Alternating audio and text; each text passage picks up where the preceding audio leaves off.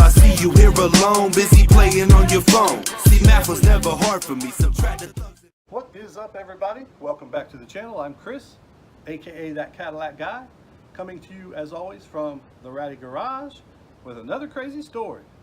And today, as promised, I'm going to share my story of what I've been doing for the last 6 months. I've mentioned that I had a lot of spare time on my hands, and most of you know why, but today I'm going to tell you, give you the story. So here it goes. It's not like a real funny story, but it's a story nonetheless. So let's go back to, I'd say either August, early September of 2018. And I had a little bump on my left foot. And like anybody who has a little bump on their foot, you're just not paying any attention to it. You just keep it moving. So as time went on, the bump wasn't going away, and in fact, it was getting a little bit bigger. And I thought, okay, that's weird. Let me Google this. So you can find anything out on Google, right? So I Googled it, and it looked exactly like a ganglion cyst. Like if you Google a ganglion cyst, that's exactly what was on my foot. And I thought, okay, that's what it is. And ganglion cysts don't happen on your foot often. It's mostly on your hands, but it can be on your foot. They said it can go away by itself. Or you may have to have it removed, but it's like an outpatient type thing. It's not a big deal. I was like, okay, I'm pretty sure that's what it is. So again, I'm just not paying any attention to it, but it continues to get bigger, and it gets to the point where, I've got like almost half a golf ball kind of sticking out of my foot. And I'm like, this is a problem. Like it's causing me to have a little discomfort, putting my shoes on. I'm like, this needs addressed. And I'm a typical dude. I don't ever go to the doctor, aside from being fat, I'm perfectly healthy, so there's never a need for me to go to the doctor, but this needed some attention. So I went to my wife's doctor. So at the very 1st of January, I guess, I went to see him, and he looked at it and he was like, I have no idea what this is. He said, it does kind of look like a cyst, but I would feel more comfortable sending you to a podiatrist who's probably, certainly more, better prepared to talk to you about this than me. So I was like, cool. So a day or two later, he sends me to the podiatrist. And again, the podiatrist is like, you know what? I'm really not sure what this is. Let me do an x-ray. He said, that'll help me kind of point me in the direction of what I think it could be. So we do the x-ray, and, he's throwing it up on the thing. And, I can see there's something there, but it doesn't tell me nothing. And he's still really like, I decided, he said, we really need to do an MRI. He said, MRI will certainly, give us a much better look at what's going on, this, that, and the other. So I went and had the MRI, which I was kind of freaking out about because the MRI is like that tube thing, and I'm super claustrophobic, like for real. But since it was on my foot, I only had to go in like halfway so I could do it. But like if they ever do my head, like it's curtains, I can't do it. Like they would have to figure something out. But so I had the MRI done, and then like a day or two later, he calls me. He's like, yeah, we got the results back, and he said, I think we're dealing with a tumor, an aggressive tumor. And I was like, oh, it's not a cyst. He's like, no. He said, but again, to, really be sure, you're going to have a biopsy done on it. And he said, I'd feel more comfortable sending you to Duke, to the oncology people. And I was like, oh, oncology. I know those are cancer doctors. I was like, wow. I was like, okay. So before I went up to see the folks at Duke, he said, I want you to come back in and pick up the x-ray and the MRI results so you can take that to those folks so they'll be that much farther ahead of the game. And I was like, okay, cool. So I went to pick it up, and I'm looking through this stuff, and it's all medical jargon, blah, blah, blah, making no sense to me. But the very bottom of it was a summary of what he thought he was looking at. And it was synovial sarcoma and some other sarcoma. But sarcoma is cancer. And I was like, wow, this is a bummer. I might have cancer. So then, of course, I Google that, which is kind of a mistake because once you start Googling stuff, you're like, oh no, because these sarcomas are very rare. They're not seen a lot. Like most of your cancers are organ-based, like lung or heart or breast, whatever. Then you have like the blood type cancers, leukemia. But sarcomas are more like tissue based, and so they're really tricky, and um, they're difficult. Like chemo and radiation are not real effective on it. And the thing that stood out to me the most was the treatment of these particular sarcomas, which is amputation. And I was like, dude, no way. And then, you know, the synovial sarcoma and this other sarcoma. The other sarcoma, I wish I could remember the name of it, but like it was bad. Like if I had that, I wouldn't be sitting here right now. So here I am sitting on this information. I'm like, oh my God. So a day or two later, there I am at Duke, and the doctors come in and said, you know, we've reviewed everything. And he said, I'm pretty sure what we're looking at is synovial sarcoma. So in a way, I was relieved that it wasn't this other one, because that would have been really, really bad. But, you know, nonetheless, I had a cancer diagnosis, and I was fully aware of the treatment. And I actually kind of said to him, I said, and the treatment is, and he was like, yeah. And I was like, whoa. But one of the first things he said was, it's 100% treatable, 100% curable. And as soon as he said that, and my wife and I both had the same reaction, we were just like, okay, if this is what's going to happen, let's go. Like, we got grandkids to, you know, see grow up. Like, you know, it was weird how we both felt the exact same way. And I think they were a little bit surprised by us just like going, okay, let's do it. Nonetheless, it was pretty intense. It was pretty intense.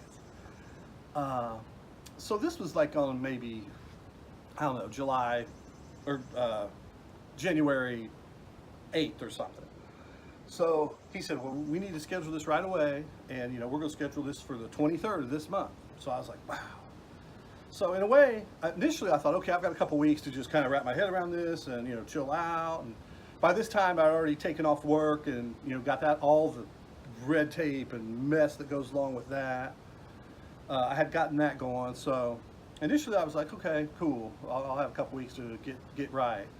But in hindsight, and you know, it was really like, you can't help but like dwell on it a little bit. And I'm the king of getting inside my own head. I can freak myself out pretty easily. So, you know, I was just, you know, I just was ready to get it done. So the thing that was crazy, I think my surgery was on the 23rd. Like, I was so completely calm, like not 1 ounce of nerves or anxiousness. It was bizarre because I had spoken to them. I said, look, you know, I can get a little shaky. Like, can you give me something if I start to freak? And they're like, yeah, completely. You know, you'll be great. And, you know, maybe just knowing like, hey, if I need to go somewhere, get something, I can. But I was just completely calm. Like, I was just so surprised by how chill I was, you know. We stayed in Durham that night because we got a hotel, so it shuttled to the hospital because Mama doesn't drive, my wife doesn't drive. And so she could get shuttled back and forth, there'd be a place to stay or whatever. So, you know, that night we had dinner and, you know, I just chilled. Got up crack of dawn to go to the hospital the next day, and I was never anxious or nervous about it that whole time. It was bizarre. So anyway, I had my surgery. And the weirdest thing of the whole thing, like when I was waking up, my wife and my son were there, and I was like, I need to flex my leg. I need to move my leg, because they had my leg obviously in like not a cast, but like you couldn't move it. And then, you know, they were like, well, yeah, you can't. I was like, yeah. And I was kind of I was like, yeah, you're right. But that was the only weird thing. And that night they had me up. And I didn't go far, but they gave me a little walker and they stood beside me and I walked down the hall a little bit that night.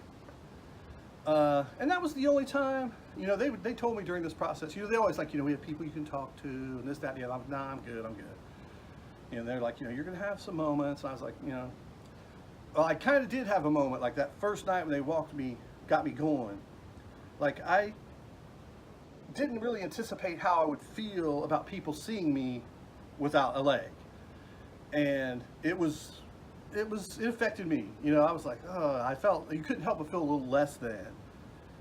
You know, people can't help but look. I mean, you know, but you see their eyes go down. You know, they're trying not to be rude, but it was uncomfortable, and I don't know. I've always been a real confident person, and you know, try to carry myself in a confident manner. So it was tough. It was a drag. You know, I was ready to get back to the room, but you know, that passed pretty quickly. I got that, I guess, out of my, you know, out of the way, that initial being out there a little bit, and you know, I got over that, and you know, now it doesn't bother me at all. It's just what it is.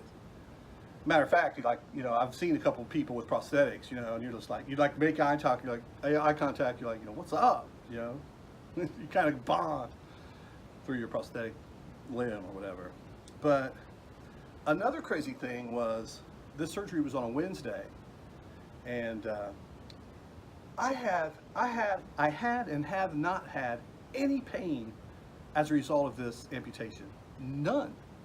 Like, they took my leg off. I had like 40, 50 staples sewing it up, you know, where they fix it all up.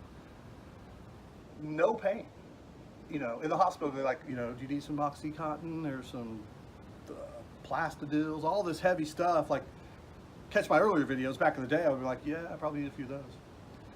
But I never did. You know, they'd be like on a scale of 1 to 10, 1 being no pain at all, and 10 being, you know, you can't take it, what's your pain? I'd be like, 1, 0, I'm fine. So I'm so thankful for that, because I know that's not everybody's experience, but, so I was glad for that. And it's just bizarre to me that, you know, that can happen to you, and, you know, there's no pain involved. I'm also fortunate, I think, you know, a lot of people don't know when and where and what time their limb is going to be removed. You know, if they're in a car wreck or some type of accident, you know, I think that's a lot more traumatic experience, obviously, for them. You know, I was in a controlled environment, I knew ahead of time, so I don't know if that had anything to do with it, but it may have. But another crazy thing, you know, I had the surgery on Wednesday. Saturday, they're like, okay, you know, Friday night, they're like, yeah, we're trying to get you out of here tomorrow. And I'm like, wait, what? They're like, yeah, you know, you're good to go home. I was just like, hold on, you guys just cut my leg off 2 days ago. You're gonna send me home on the 3rd day? So that freaked me out a little bit, but the doctor was saying, you know, in these hospitals outside of the OR, it's a germ factory, you know, which makes sense because there's lots of sick folks. He said, we try to get you back home as soon as possible. So I was really pretty freaked out by it, but, you know, I had set up things. I had like a initial consultation with physical therapy people, and then I was going to have a home health nurse come in to treat my incision, because they were like, okay, when you go home, here's this, and this, you need to do this, and that. I'm like, I'm not doing none of that. Like, somebody's going to come and do that. I'm not touching it. I said, I've been a great patient. You know, I'll continue to be good. I'm not messing with it, because I don't do that. Like, I'm not the one for that. So I had, you know, good stuff set up at home, and, you know, so thankful that I have the resources and the benefits to have all these things. You know, a lot of people don't have that, and it's unfortunate that, you know, you're afforded the care that you can afford, if that makes sense. And that is unfortunate, but, you know, I've been at my job for a long, long time, and, you know, people complain about our benefits, but your benefits are for situations like this, not for, you know, getting your eye exams. I mean, that stuff's important too, but when you really, really have to have these just unsurmountable bills, you know, that you could otherwise never ever pay, you know, that's what you're paying for. So I was very fortunate to have that in place. So anyway, here we are, almost 6 months post-op. I started off, of course, I was in a wheelchair, and I'm a homebody by nature. So, you know, there's no place I'd rather be than posted up on my man cave, just chilling, watching sports. But I've got to tell you, the first week or 2 or 3 maybe, when I was really limited, you know, you're not getting around a whole lot. Like, it was tough. Like, it was, again, I wouldn't say it was a claustrophobia feel, but, you know, I just felt really confined and limited. That was hard. Now, once I got past that and was able to get up on my walker and move onto a cane and get my prosthetics, and now I'm like, I can stay here all day. You know, I can chill. But initially it was really, really tough. But I'm on my second prosthetic.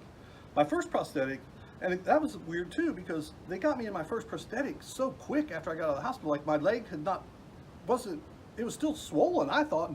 The incision was certainly not what I consider healed. And I think it was like 3 weeks or so after I got out. And they were like, well, we consider this to be healed. And I was like, but it's not. It's not. But they're like, yeah. So they fit me for my prosthetic right then. But because my leg was still kind of big and not had shrunk any at all, I had this super archaic prosthetic, what they call a clamshell design. It's over in the table over there somewhere. But it was like they had to open it up for me to fit my leg in. Then you had straps, Velcro straps that you wrapped around it to tighten it up. And it was super heavy. And I mean, it was just like dragging around a brick. It was bad. And also, I made the mistake of watching other Google and other videos like first time walking with prosthetic. These people are like, I was like, cool, man, that's what I'm gonna do. That's not what happened for me. Man, I struggled, like it was bad. So again, don't Google stuff. But now I have my second prosthetic, and I've had this one now for maybe a month, and it's not that clamshell, it's like one solid piece that you stick your leg in, and it's much lighter, and it's really just accelerated my rehab exponentially. Like I've made big strides, enough strides where I feel confident to go back to work. I'm still gonna have my little quad cane here for a while, but you know, they've got me doing stuff like I hold a styrofoam cup with a tennis ball and walk around the room, and you know, it doesn't fall off, so that shows that I can carry some things. Now I will be somewhat limited, but for the most part, I'm good to go. And you know, I'm walking better and better on it, and you know, just the care that I've received has been remarkable, just absolutely remarkable. I'm blown away by these people and what they do, and how passionate they are about it, and how good they are at it, and how, you know, especially just this last part of physical therapy. You know, when I first started going, I was in my, I would use my walker and wheelchair. And, you know, I have progressed now where even like the valet guy, I get out with just my cane, he's like, dude, man, you're killing it. You know, I'm like, yeah, it's, you know, it's just amazing, you know, how they treat you and how they rehabilitate you. It's been a mind-blowing experience. So, anyway, that's the story of how I got cancer and had my leg amputated. But, you know, I think as I told my friends at work, you know, it is life-changing, obviously, because when you lose, you know, it's life-changing, but it's also life-saving. And to me, I've got a great wife, great kids, grandkids, great job, you know, I've got a lot to live for. And trust me, you really, it gives you a whole new perspective when that can be taken away from you just like that, you know. So I'm always going to try to keep that forefront, you know, in my thought process and everything. But anyway, that's my story. I know it's kind of long and boring. You guys probably left 10 minutes ago, but again, thank you guys, and you know, thank everybody who has supported me through this process. All the doctors, nurses, family.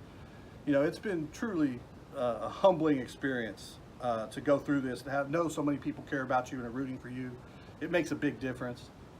But I appreciate you guys watching. Be sure to like, share, subscribe, hit the notification bell. I'm learning this YouTube stuff slowly but surely now.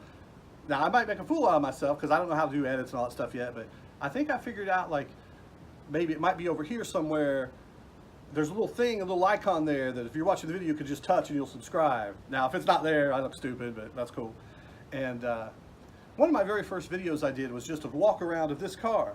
And I know anything, I just walked around it, you can hear me breathing heavy. I put some music to it. So I was like, okay, that's kind of cool.